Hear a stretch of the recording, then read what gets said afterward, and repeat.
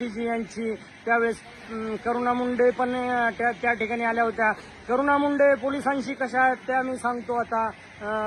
त्यांनी आम्ही त्यांना अडवलं कारण त्यांच्या गाड्या होत्या 8-10. म्हणलं तुम्ही पण उमेदवार आहेत, तुम्ही कसे काय आले? पण ते म्हणले की माझं आणि त्यावेळेस माझं आणि पंकजा मुंडेंशी काही एक नाहीये. माझा लढा फक्त आणि फक्त इमानदार म्हणजे वाल्मिक कराड यांच्याशीच आहे, ज्यांनी त्यांच्या गाडीमध्ये रिव्हॉल्वर ठेवलं होतं.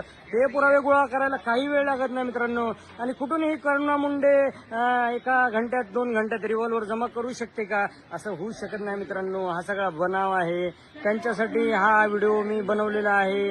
आणि खऱ्या अर्थाने करुणा मुंडे आणि पंकुताई मुंडे हे बीड जिल्ह्याचं भविष्य आहे मित्रांनो.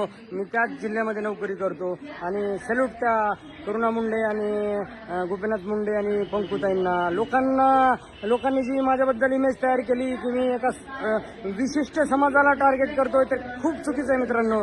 रात्री विलास बडेंना टार्गेट केलं, पण तो माझा मित्र आहे, जिवलग मित्र आहे, घरातला माणूस आहे, फॅमिली मेंबर आहे, मेसेज पाठवतो.